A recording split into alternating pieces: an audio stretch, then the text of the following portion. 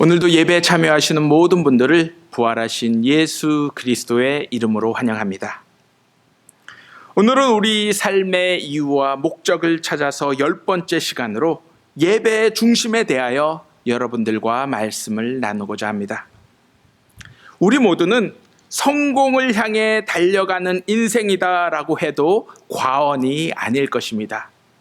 예를 들어 우리가 어렸을 때에는 남들보다 뛰어난 재능을 갖거나 혹은 좋은 성적을 받기 위해 많은 노력을 했을 것입니다.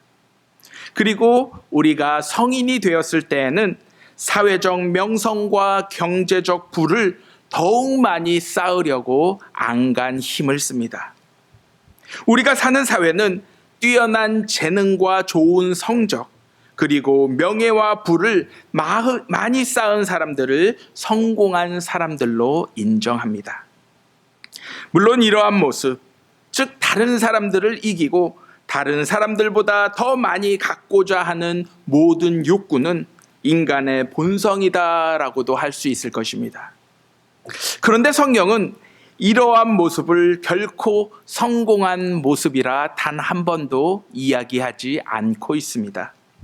성경은 오히려 이러한 인간의 욕구와 욕심을 모두 다 내려놓고 다른 사람들에게 자신의 것을 양보하고 하나님의 뜻과 말씀 앞에서 철저히 항복하며 순종할 것을 말씀합니다.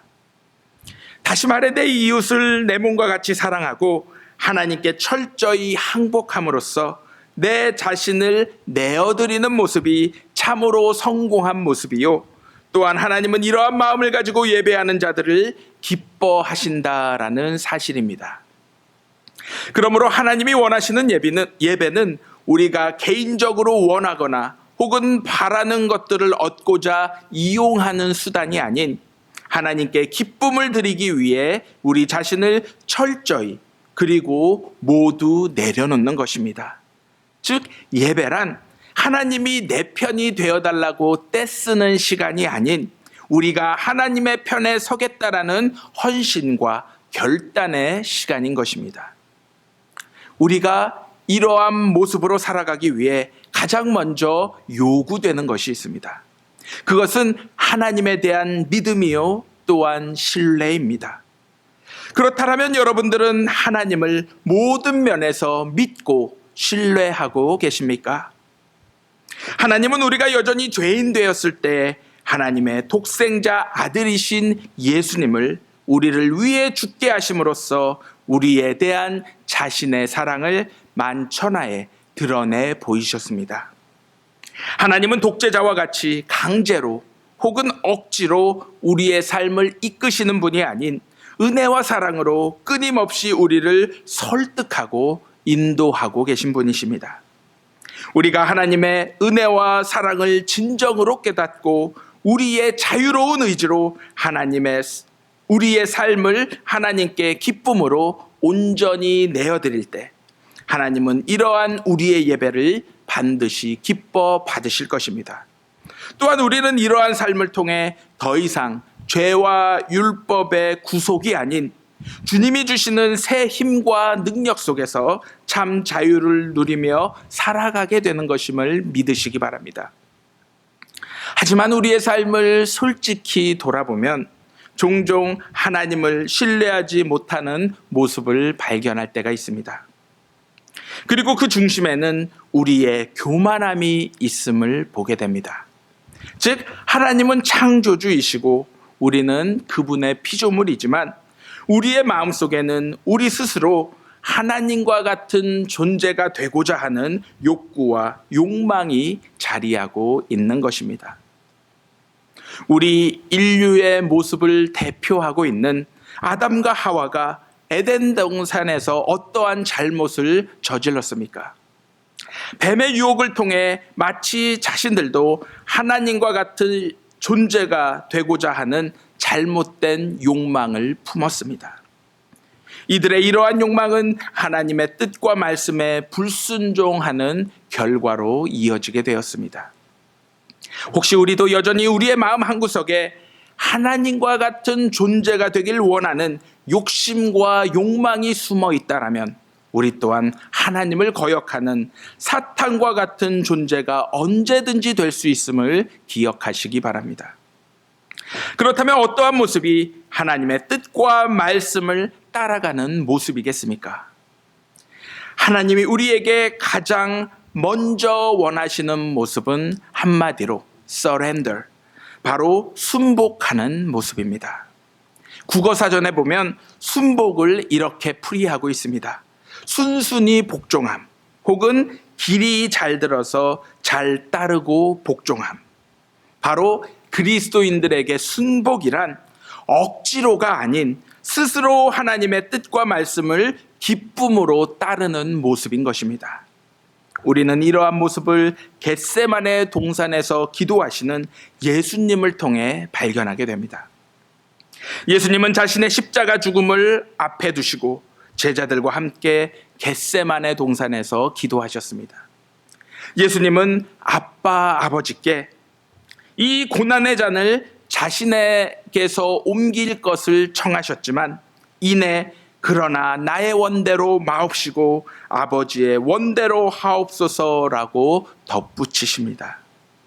우리는 여기서 하나님의 아들이신 예수님조차 하나님의 뜻에 매순간 순종하는 것이 얼마나 어렵고 힘든 일인지를 보게 됩니다.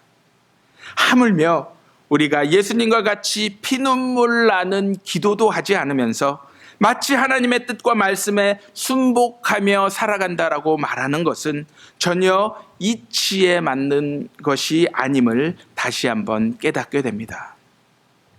오늘 본문에서 예수님이 받으셔야만 했던 자는 너무나 감당하기 힘든 고난과 고통의 잔이었습니다. 그래서 예수님도 처음 우리와 같이 마음 같아서는 그냥 자신을 피해 지나가 버리면 좋겠다라는 소망을 갖고 계셨습니다. 하지만 이후 예수님은 하나님을 향한 신뢰의 중심을 잃지 않으시고 자신이 원하는 것보다 하나님의 뜻을 철저히 앞세우셨습니다. 즉 많은 사람들의 죄사함을 위해 흘려야 할 피라면 기꺼이 아버지의 뜻을 기쁨으로 따르고자 했던 것입니다. 우리는 이러한 예수님의 순복을 통해 예수님을 믿는 믿음 안에서 값없이 주어지는 구원의 은혜를 누리게 되었습니다. 아브라함 또한 어디로 가야 할지 모르는 상황 속에서도 하나님이 이끄시는 그 길에 순종하였고, 예수님의 어머니 마리아는 처녀가 잉태할 것이란 천사의 소식 앞에서 큰 근심과 절망이 아닌 주의 계집종이오니 말씀대로 이루어지이다라는 믿음의 고백으로 나아가게 되었습니다. 그 결과 하나님의 놀라운 사건을 직접 눈앞에서 보고 체험하는 은혜를 누렸고, 동시에 하나님으로부터 믿음의 사람들로 인정받을 수 있었던 것입니다. 때론 우리에게도 여러 모양의 고난의 쓴잔이 찾아올 때가 분명 있을 것입니다. 그것을 어떻게든 피하려고 우리의 힘과 지혜 그리고 능력으로 안간 힘을 쓰는 모습이 아닌, 그것을 통해 아버지의 뜻이 이루어지기를 잠잠히 믿음으로 순복하며 기도함으로써 우리의 고난 속에서 빛나는 하나님의 영광을 체험하기를, 그리고 하나님께 인정받는 믿음의 사람이 되기를 주님의 이름으로 기도합니다. 우리가 하나님의 뜻과 말씀 앞에서 순복하는 삶을 살아가게 되면 하나님이 주시는 평안과 자유, 그리고 주님이 주시는 힘을 통해 새로운 능력을 반드시 경험하게 될 것입니다. 이로 인하여 더 이상 우리의 의지와 집요한 계획, 그리고 개인적인 야망을 통해 큰 성공을 이루고자 하는 자만심은 자연스럽게 사라지게 될 것입니다. 더 이상 하나님 앞에서 우리의 아름다운 일부분만이 아닌 우리의 부끄러운 모습들, 과거의 후회와 현재의 문제들, 그리고 미래의 걱정과 근심들을 모두 순복하는 마음으로 주님 앞에 내려놓으시기를 바랍니다. 비록 우리 삶의 운전대에서 우리 손을 완전히 떼는 이러한 결정이 당장 우리의 삶을 수렁으로 이끌 것 같은 의심과 두려움이 생길지라도 하나님을 신뢰하며 담대히 결단하시길 바랍니다. 이러한 순복의 자세로 하나님께 나아갈 때 더 이상 우리의 삶이 방향을 잃고 망가지는 것이 아닌 오히려 하나님이 우리 삶의 운전대를 잡으시고 친히 우리의 앞길을 인도하시는 놀랍고도 생생한 은혜를 매 순간 경험할 줄로 믿으시기 바랍니다. 비록 순복의 삶이 개인적으로는 불편하고 손해를 많이 보고 때로는 사람들이 좋아하지 않거나 혹은 계란으로 바위를 치는 듯한 모습으로 분명 우리에게 다가올 수도 있을 것입니다.